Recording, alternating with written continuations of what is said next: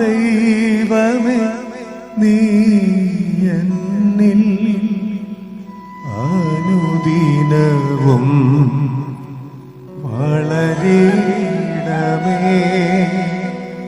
ഞാനോ കുറയണമേ.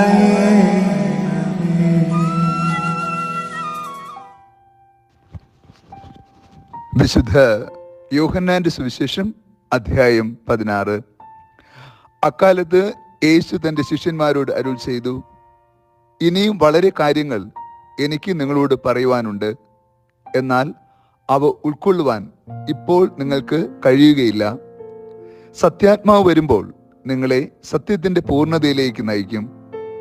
അവൻ സ്വമേധയായിരിക്കയില്ല സംസാരിക്കുന്നത്, അവൻ കേൾക്കുന്നത് മാത്രം സംസാരിക്കും. വരുവാനിരിക്കുന്ന കാര്യങ്ങൾ അവൻ നിങ്ങളെ അറിയിക്കും. അവൻ എനിക്കുള്ളവയിൽ നിന്ന് സ്വീകരിച്ച് നിങ്ങളോട് പ്രഖ്യാപിക്കും. അങ്ങനെ അവൻ എന്നെ മഹത്വപ്പെടുത്തും. പിതാവിൽ നിന്നുള്ളതെല്ലാം എനിക്കുള്ളതാണ്. അതുകൊണ്ട് എനിക്കുള്ളവയിൽ നിന്ന് സ്വീകരിച്ച് അവൻ നിങ്ങളോട് പ്രഖ്യാപിക്കും എന്ന് ഞാൻ പറഞ്ഞത്. ഈശോയിൽ ഏറ്റവും സ്നേഹമുള്ള പ്രിയ ദൈവമക്കളെ, ഈ വിശുദ്ധ പ്രഭാതത്തിൽ നാം ദൈവതിരുസന്നിധിയിൽ പ്രാർത്ഥനാപൂർവമായിരിക്കുമ്പോൾ സത്യാത്മാവിന്റെ പ്രവർത്തനങ്ങളെ ധ്യാനിക്കാം. ഈ വിശുദ്ധ ദിനങ്ങളിലെല്ലാം നമ്മൾ പ്രത്യേകമായി ധ്യാനിക്കുന്നത് ദൈവത്തിന്റെ പരിശുദ്ധാത്മാവിന്റെ ചൈതന്യവും അതെപ്രകാരം മനുഷ്യ ജീവിതത്തിൽ പ്രവർത്തിക്കുന്നു എന്നതുമാണ്. യോഹന്നാന്റെ സുവിശേഷം ഏറെ പ്രത്യേകമായ വിധം പരിശുദ്ധാത്മാവിന്റെ പ്രവർത്തനത്തെ നമ്മെ ഓർമ്മപ്പെടുത്തുകയും ആ സത്യാത്മാവ് യഥാർത്ഥത്തിൽ എങ്ങനെയാണ് നമ്മുടെ ജീവിതത്തിൽ രക്ഷയുടെയും കൃപയുടെയും അനുഭവമാകുന്നത് എന്ന് പഠിപ്പിക്കുന്നുണ്ട്. പരിശുദ്ധാത്മാവിന്റെ കൃപ സ്വീകരിച്ച ഓരോ വ്യക്തിക്കും ദൈവത്തിന്റെ വചനം ഉൾക്കൊള്ളുവാൻ സാധ്യമാകും. ദൈവത്തിന്റെ സ്നേഹവും കരുതലും ദൈവത്തിന്റെ പദ്ധതികളും ഉൾക്കൊള്ളുവാൻ കഴിയും.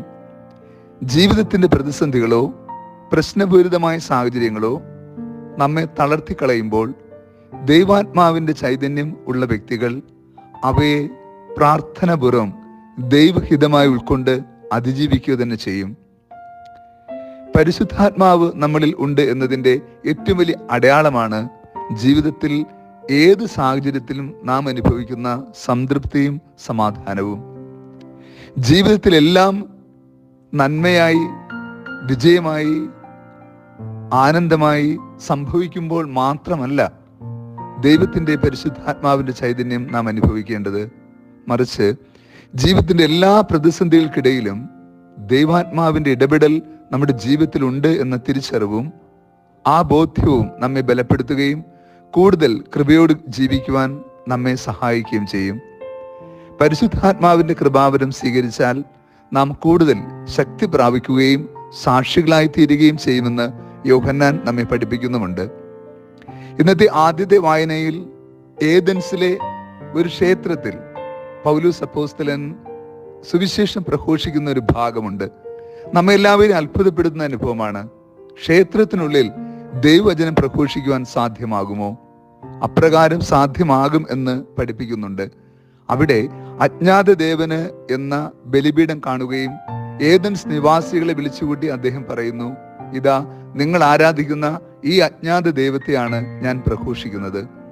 ഏത് സാഹചര്യത്തിലും എവിടെയും ദൈവത്തിന്റെ പരിശുദ്ധാത്മാവിനാൽ നിറഞ്ഞ് സാക്ഷ്യം നൽകുവാൻ സാധ്യമാകുമെന്ന് അപ്പോസ്തലനായ പൗലോസ് നമ്മെ പഠിപ്പിക്കുന്നുണ്ട്. നമുക്ക് കൂടുതൽ സ്നേഹത്തോടെ തീഷ്ണതയോടെ ദൈവാത്മാവിനാൽ നിറഞ്ഞ് സാക്ഷികളാകുവാനുള്ള ആത്മീയ ചൈതന്യം ഉൾക്കൊള്ളാം. എല്ലായ്പ്പോഴും നന്മയുടെയും സാഹചര്യങ്ങൾ ഒത്തതും ആകണമെന്നില്ല.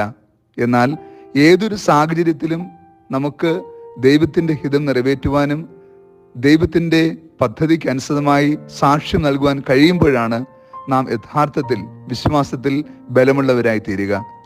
നമുക്ക് പരിശുദ്ധാത്മാവിന്റെ നിറവ് പൂർണ്ണ മനസ്സോടെ ഉൾക്കൊള്ളുവാനും സത്യാത്മാവിന്റെ ചൈതന്യത്തിൽ അനുദിനം നയിക്കപ്പെടുവാനും വേണ്ട ആത്മീയ കൃപാവരം നൽകണമേ എന്ന് ഈ ദിനം പ്രാർത്ഥിക്കാം. ഒപ്പം കാണുന്നവരോടെല്ലാം ഏത് ജാതി മതസ്ഥരാണെങ്കിലും അവരോടൊക്കെ ക്രിസ്തുവിനെ കുറിച്ച് പ്രഘോഷിക്കുവാൻ, നീതിയെക്കുറിച്ച്, വിശ്വാസത്തെക്കുറിച്ച്, വിശുദ്ധിയെക്കുറിച്ച് പ്രഘോഷിക്കുവാൻ, പങ്കുവയ്ക്കുവാൻ ബലം നൽകണമേ എന്ന് യാചിക്കാം. കർത്താവ് നിങ്ങളോട് കൂടെ. സർവശക്തനായ ദൈവം, പിതാവും പുത്രനും പരിശുദ്ധാത്മാവും നമ്മെ സമൃദ്ധമായി അനുഗ്രഹിച്ച് ആശീർവദിക്കുമാറാകട്ടെ. ആമേൻ.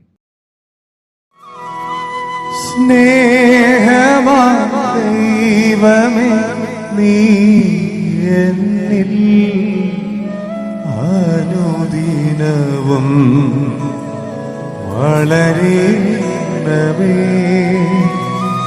ഞാനോ